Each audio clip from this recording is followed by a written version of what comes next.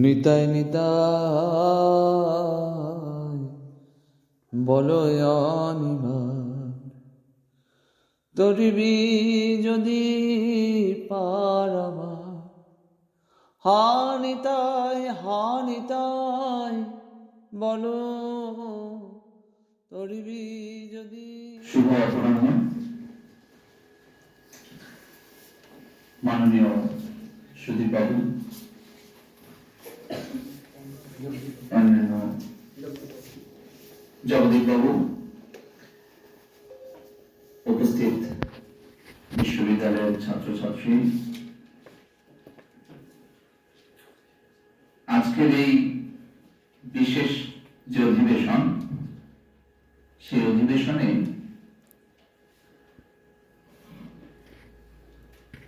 এসেছি যতটা না বিদ্যালয়ের শিক্ষক হিসেবে, তার থেকে বেশি যে পরিচয়টা আমাকে অনেক বেশি আপ্লুত করে, প্রভু নিত্যানন্দের কন্যা মা গঙ্গা, তার বংশের বংশধর হিসেবে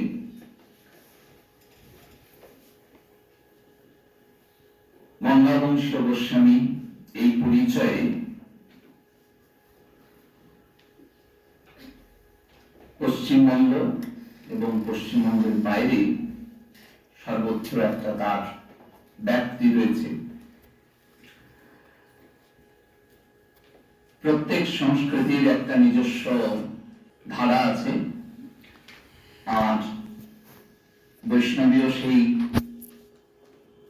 ধারায় আমি সকলকে অভিবাদন জানাই, অভিনন্দন জানাই। জয় নিতাই। জয় নিতাই। সুদীপ বাবুকে অনেক অনেক ধন্যবাদ যে এরকম একটি সুন্দর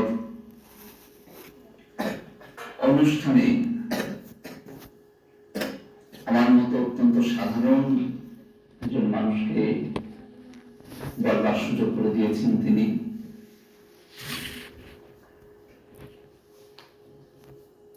জগদীপ বাবু তিনি আশা রেখেছেন যে আমি যা বলবো তা আপনাদের সকলের নিশ্চয়ই কাজে লাগবে। আমি চেষ্টা করব তার আশা যাতে ভেঙে না যায়। জাতীয় সেবা প্রকল্প, তাদের এই অধিবেশনের শুরুতে আমি নিতাই চাঁদের একটি বন্দনা আগে রীতি অনুযায়ী করব।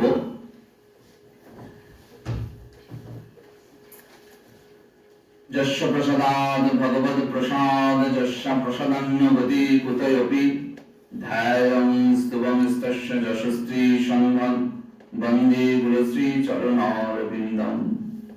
নিত্যানন্দ নমস্তুভ্যং প্রেমানন্দ প্রদায়িনী, কলৌ কল্মষনাশায় জাহ্নবাপতে নমঃ।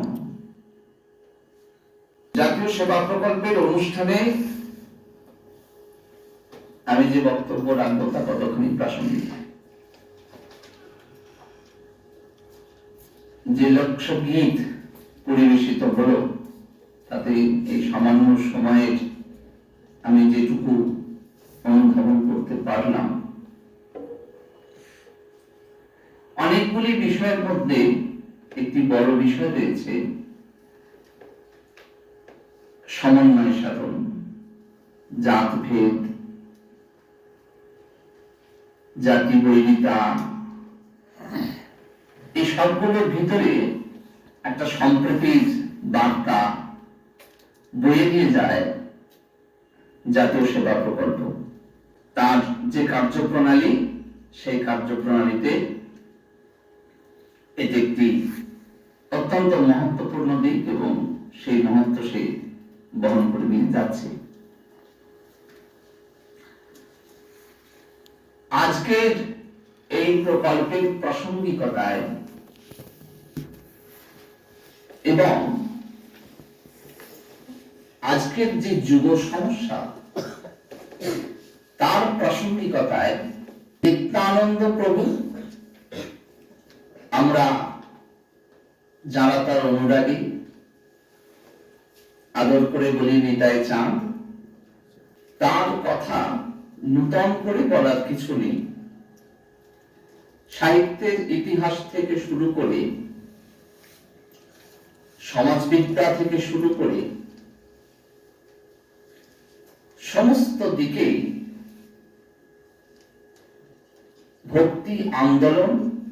ভক্তি আন্দোলনের প্রভাব বিশেষভাবে চর্চিত হয়েছে। আমরা শুধু কি করি, বারবার শুধু বিভিন্ন অনুষ্ঠানে, বিভিন্ন স্থানে আবার একবার করে আলোড়িত হয়ে নিই, আমরা আলোকিত হয়ে নিই। নিত্যানন্দ প্রভু আবির্ভূত হচ্ছেন, শুধু নিত্যানন্দ প্রভু এককভাবে যে চর্চিত হন, আলোচিত হন, সেটা কিন্তু নয়।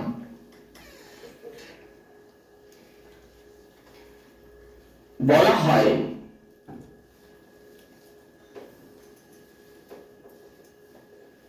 আজানুলম্বিত ভুজৌ কনকাবদাতৌ সংকীর্তনৈক পিতরৌ কমলায়তাক্ষৌ বিশ্বম্ভরৌ দ্বিজবরৌ যুগধর্মপালৌ বন্দে জগৎপ্রিয়করৌ করুণাবতারৌ। ব্যাকরণের দিক দিয়ে এখানে যেটা হয়েছে যে একসঙ্গে দুজনকে বন্দনা করা হচ্ছে, এবং সেই দুজন কারা? নিত্যানন্দ প্রভু এবং শ্রী চৈতন্য দেব। শ্রী চৈতন্য দেবকে ছাড়া নিত্যানন্দ প্রভুর কথা বলা যায় না, আবার নিত্যানন্দ প্রভুর কথা বলতে গেলে চৈতন্য দেবকে ছাড়া বলা যায় না। চৈতন্যদেব নিজে মুখে বলছেন যে মুসুরির ডালকে দুটো ভাগ করে দিলে যেমন দুটো অংশ বেরিয়ে যায়, ঠিক তেমনি চৈতন্যদেব এবং নিত্যানন্দ প্রভু, তাদের মধ্যে ভিন্নতা কিছু নেই। নিত্যানন্দ প্রভু আবির্ভূত হচ্ছেন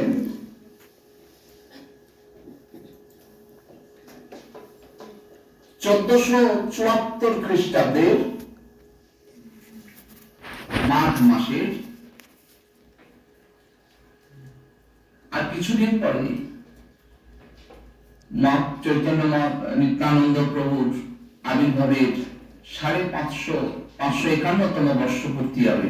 কেন তিনি এত প্রাসঙ্গিক? প্রাসঙ্গিক এই কারণে, যখন তারা আবির্ভূত হচ্ছেন যে সময়টাতে, আমি 550 বছরের উল্লেখটা এই কারণে করলাম যাতে আমাদের বুঝতে সুবিধা হয়। 2024 সালের পৃথিবীটাতে দাঁড়িয়ে 1474 সালের যে পৃথিবীটা, এ দুটো এক নয়। এ দুটোর মধ্যে বিস্তর একটা ফারাক ঘটে গেছে। সমাজতত্ত্বের দিক দিয়ে, সমাজ সেবার দিক দিয়ে, রাজনৈতিক ভাবে একটা বিস্তর ফারাক ঘটে গেছে। এই ফারাকটা খুব স্পষ্টভাবে যে দুটি প্রামাণিক গ্রন্থ চৈতন্যদেবের জীবনের উপরে এবং নিত্যানন্দ প্রভুর কথাও যেখানে একই সঙ্গে রয়েছে, সেটি হচ্ছে শ্রী শ্রী চৈতন্য চরিতামৃত এবং চৈতন্য ভাগবত। যদি তাদের কথা জানতে হয়, সকলেই এই দুটি গ্রন্থের মান্যতা দিয়েছেন, তাই তাদের কথা আলোচিত হতে হলে এই গ্রন্থের আলোকেই আলোচিত হতে হবে।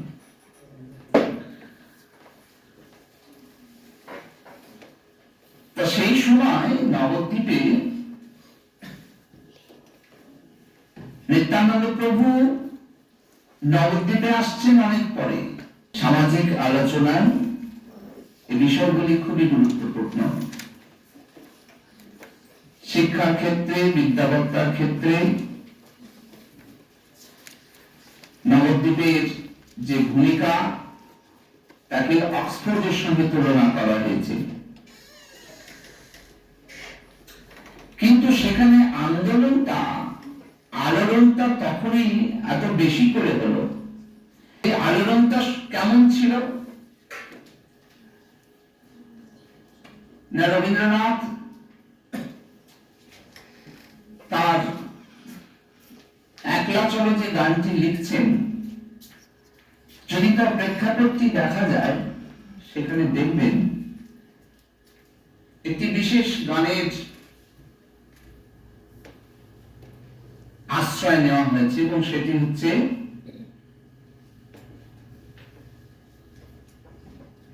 একলা নিতাই হরিনাম দিয়ে জগৎ মাতালো আমার একলা নিতাই।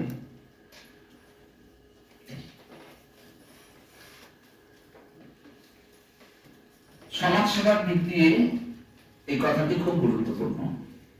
আমরা যারা সমাজ সেবা করি, করতে চাই, করতে যাই, সেই সমাজ সেবার তত্ত্বের আলোকে সবসময় কি এটা হয় যে আমার আশেপাশে মানুষজন থাকবে, তাদেরকে পাশে নিয়ে আমার সবসময় আলোড়নটা হবে, আন্দোলনটা হবে? এটা কিন্তু হয় না। এবং সমাজ সেবা একটা ব্যাপক ধারণা।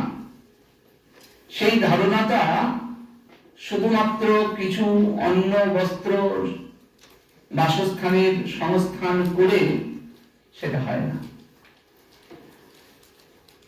ব্যাপক ধারণায় যতক্ষণ না ভিতর থেকে পরিবর্তন আনা যায়, মানুষকে ভিতর থেকে শক্ত করা যায়, ততক্ষণ বোধহয় সেই সেবার লক্ষ্য পূরণ হয় না।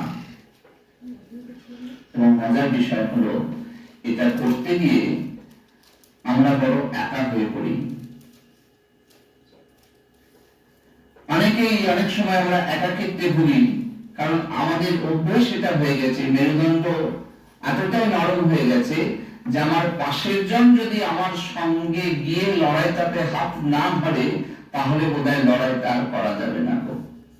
সেই জন্য জাতীয় সেবা প্রকল্প, এই যে গ্রুপ অ্যাক্টিভিটি, দলগত শিক্ষা, সেখান থেকে একটু একটু একটু একটু করে রসদ সংগ্রহ করে নিয়ে আমরা সেই শক্তিগুলোকে নিজেদের মধ্যে জারিত করি।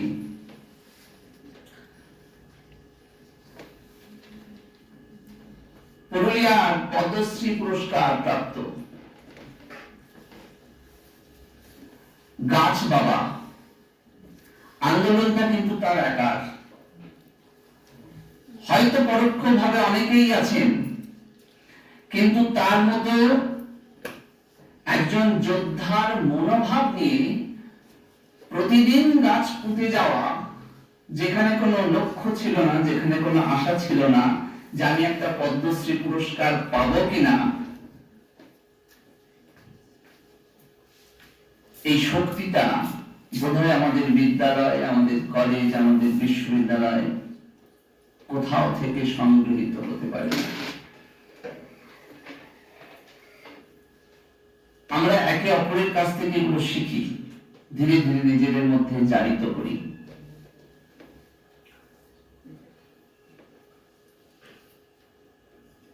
আপনারা চিপকো আন্দোলনের কথা শুনেছেন, সেখানেও কিন্তু একজন মানুষ অত্যন্ত শক্তিশালী হয়ে দাঁড়িয়েছিলেন।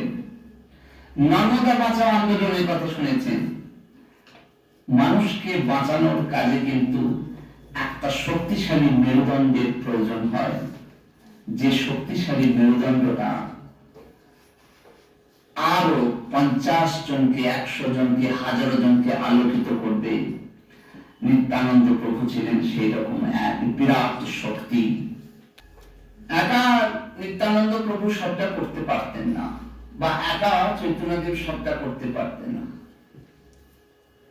কি করেছিলেন বিরাট একটা পরিবর্তন সেই সময় সমাজে। আজকে আমরা যে সমাজে দাঁড়িয়ে আছি, সেখানে জাতপাতের ভেদটা অনেকখানি কমে এসেছে, কিন্তু সেটা হচ্ছে একটা ইতিহাসের ফলশ্রুতি মাত্র। ইতিহাসকে ভুলে গিয়ে বর্তমানের সমাজটাকে কখনোই সম্পূর্ণভাবে চেনা যায় না বা জানা যায় না। নিত্যানন্দ প্রভু সেই সমাজে দাঁড়িয়ে চৈতন্য মহাপ্রভুর কোন আদেশ পালন করছেন? বলেন, শুনো শুনো নিত্যানন্দ, শুনো হরিদাস, সর্বত্র আমার আজ্ঞা করো প্রকাশ, প্রতি ঘরে ঘরে গিয়া করো এই ভিক্ষা, বল কৃষ্ণ ভজ কৃষ্ণ, কৃষ্ণ করো শিক্ষা। ইহা বহি আর না বলাবে না বলিবা, দিন অবসানে আসি আমাদের কহিবা। দায়িত্ব যেমন দিলেন, দায়িত্ব বুঝে নেবার কাজটিও তিনি নিচ্ছেন।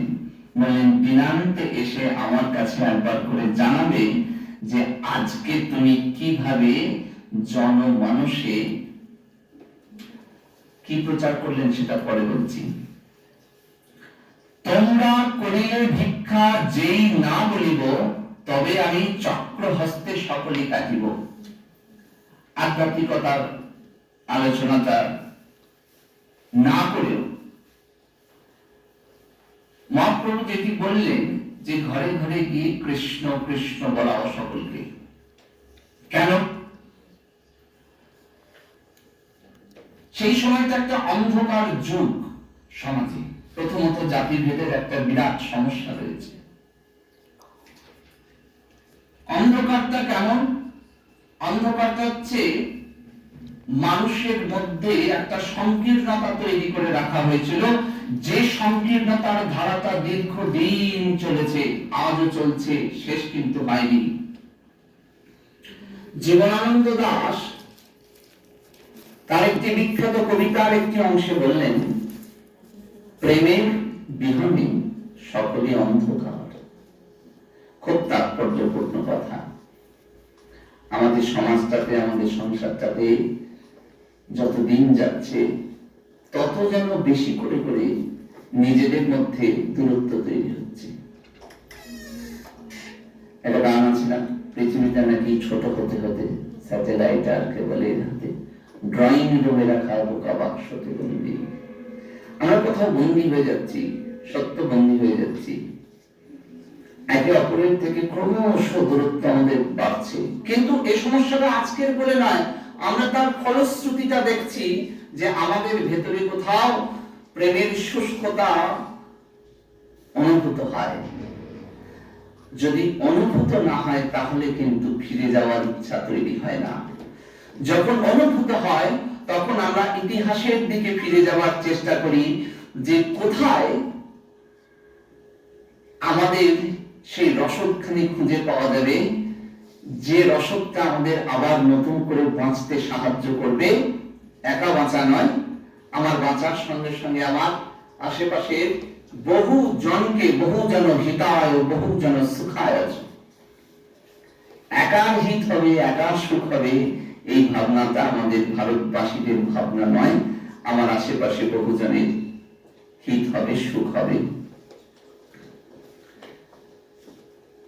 এই যে প্রেমের বার্তাটা সেই সময়ে দাঁড়িয়ে অত্যন্ত তাৎপর্যপূর্ণ ছিল, এবং সেই কারণে নিত্যানন্দ প্রভুকে দায়িত্বটা দিলেন। কারণ নিত্যানন্দ প্রভু অত্যন্ত দামাল ছিলেন। সেই কারণে বলা হয়, শুধু নিতাই বলা হয় না, পাগলা নিতাই বলা হয়। তিনি পারতেন না এমন কোনো কাজ ছিল না। অত্যন্ত সাহসের সঙ্গে সমস্ত কাজ তিনি করতেন। তিনি যেমন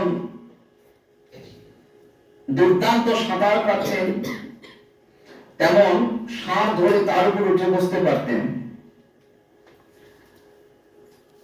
তা এই কাজ যখন তিনি দায়িত্ব অর্পণ করছেন, নিত্যানন্দ প্রভু সেই সমাজ পরিবর্তনের দায়িত্বটা নিচ্ছেন কিভাবে? সংকীর্তনৈক পিতর, সংকীর্তনের দ্বারা, যেখানে কোনো আর ভেদাভেদ থাকছে না। সমাজের বহু মানুষ দেখবেন আজও গ্রামে গ্রামে, শহরে শহরে। আমি ছৌ নাচ পুরুলিয়াতে এসে দেখি, এবং সেখানে আমি দেখেছি ছৌ নাচের শুরুতেই বলা হয় প্রেমানন্দে নিতাই গৌর হরিবোল দিয়ে শুরু হয়। তাহলে একবার ভাবুন, কোথায় কোথায় গিয়ে পৌঁছেছে সেই প্রভাব, অথচ নিত্যানন্দ প্রভু নিজের হাতে একটিও গ্রন্থ রচনা করে যান নাই।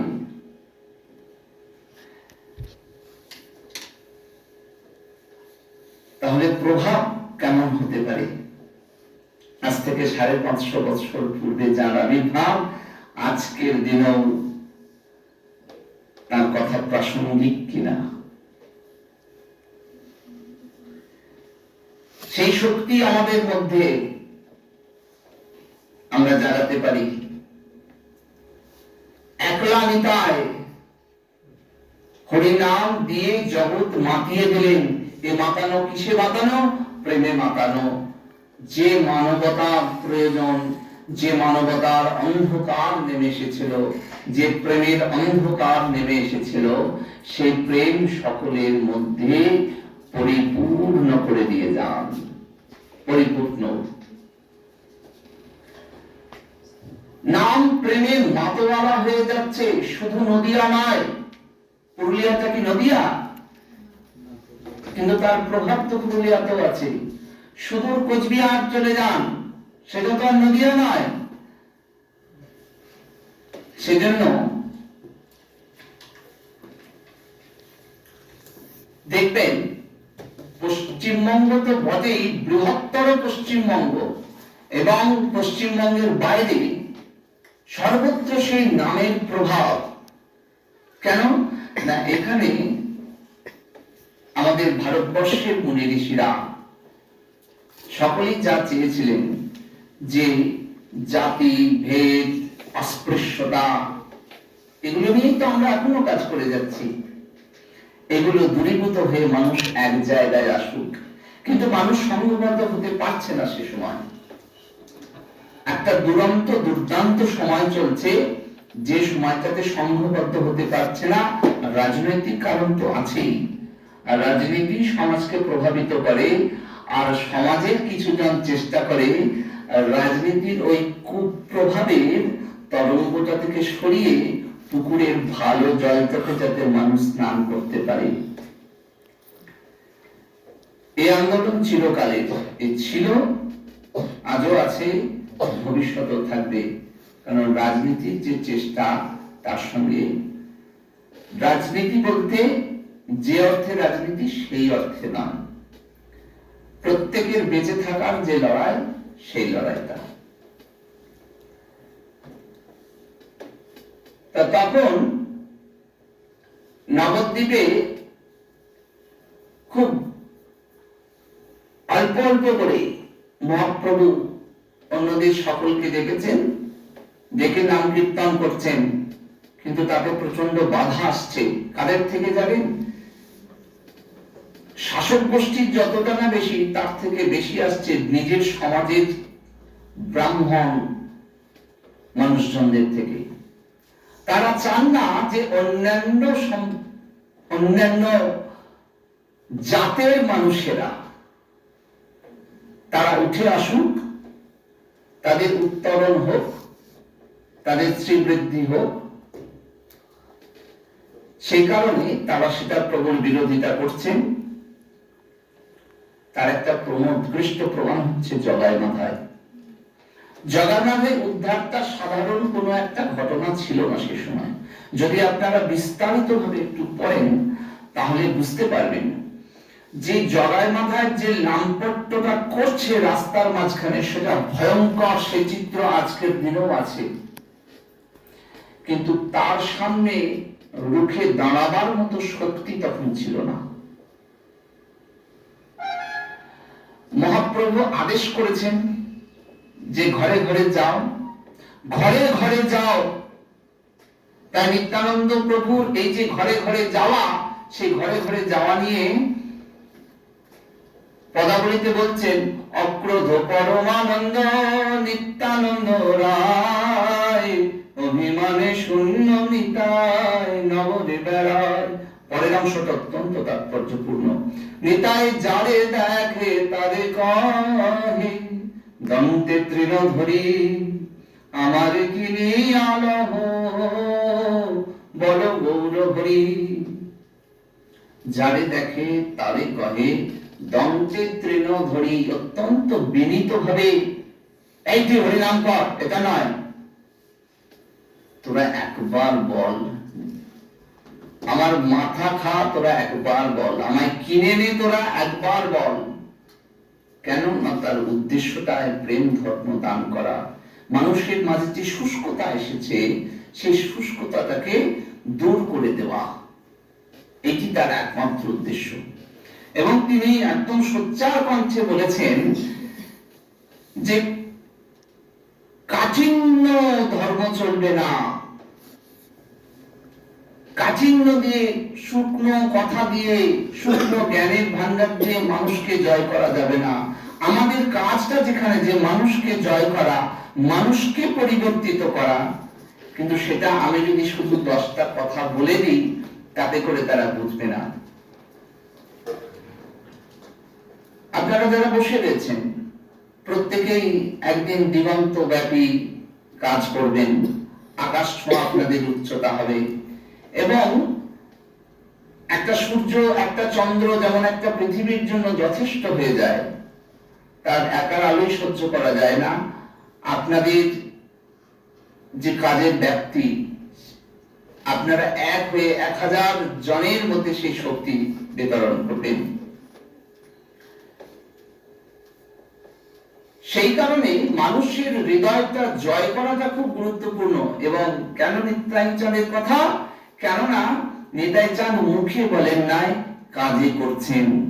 সমস্ত পরিবর্তনটা লক্ষ্য করার বিষয় এটাই যে তিনি তার সমস্ত কাজ, যা কিছু সমাজে বার্তা দিচ্ছেন, সব কাজের মাধ্যমে। কেমন করে? তা জগাই মাদায় উদ্ধার কোন সাধারণ ঘটনা বা কাহিনী এই কারণে নয়। প্রথম দিন একটু মজা মস্করা করেছেন, তিনি একা নন, তার সঙ্গে আছেন হরিদাস প্রভু, নামাচার্য হরিদাস প্রভু।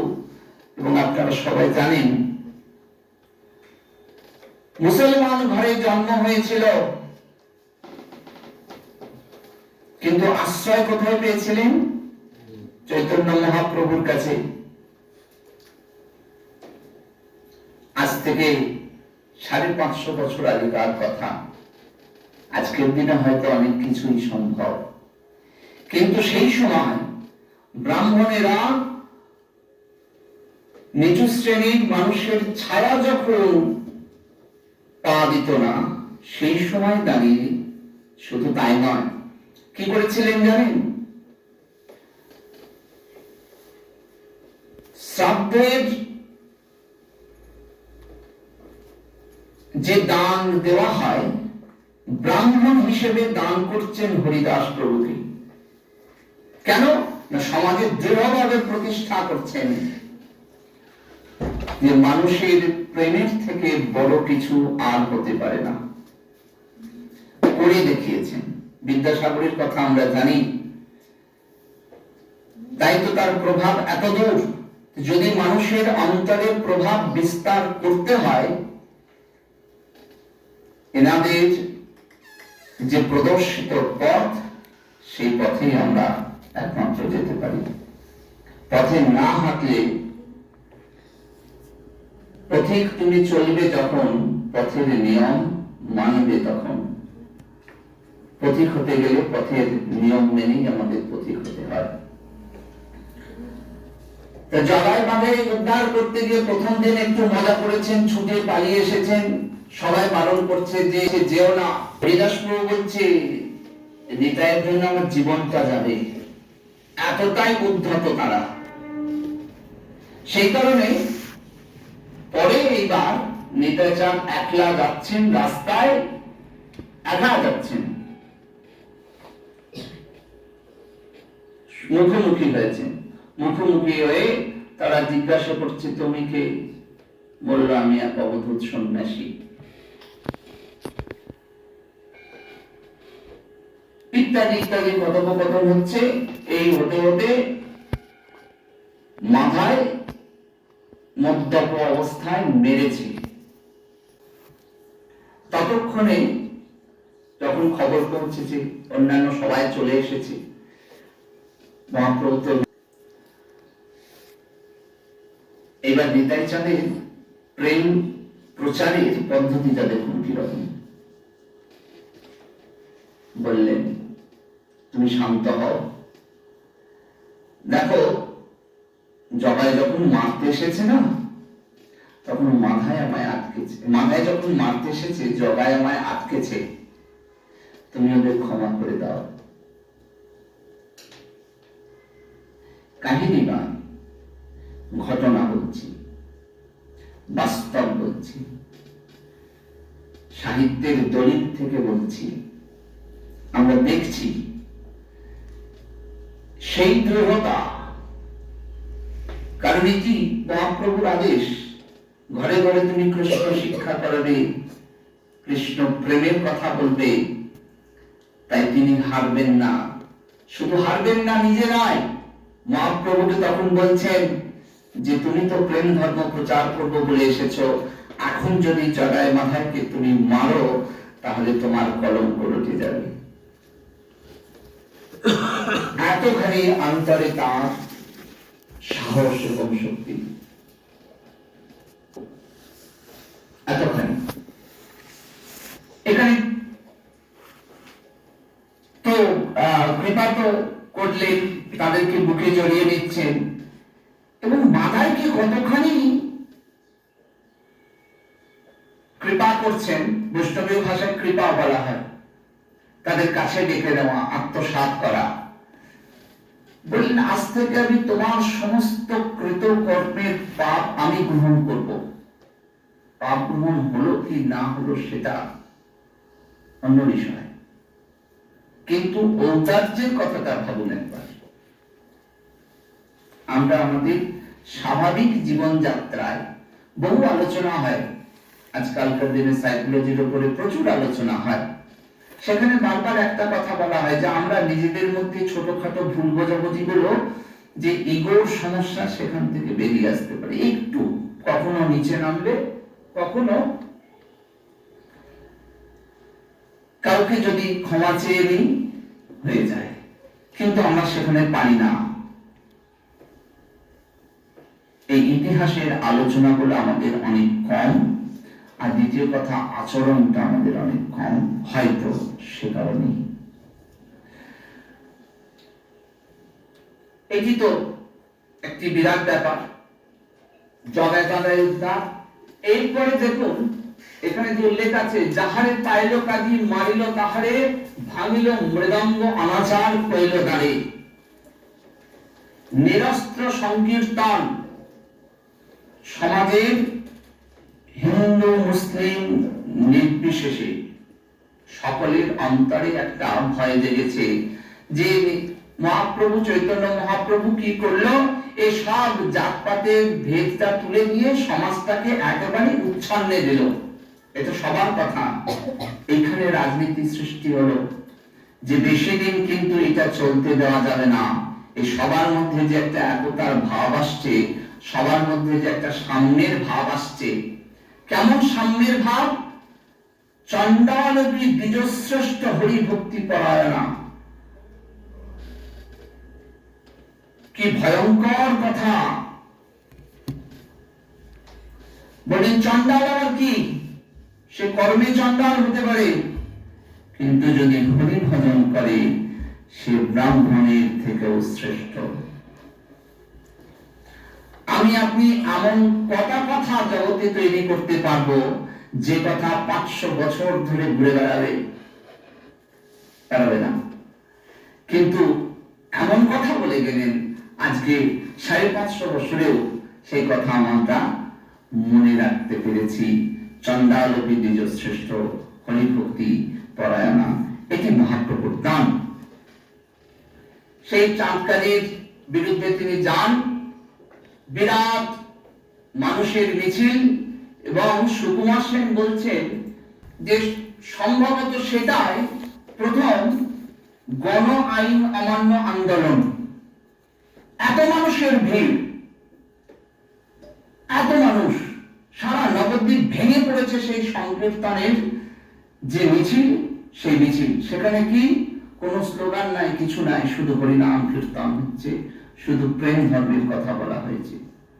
এবং চাঁদকাজি সেখানে গিয়েও মানুষের যে ক্রোধ, সেই ক্রোধের বশে কেউ কেউ সেখানে দু চারটে গাছ ভাঙাভাঙি করলেও বিরাট কোনো ক্ষতি তারা সেখানে হতে দেননি, বরং আদরে তার সঙ্গে সম্পর্ক পাতিয়ে দিয়েছেন।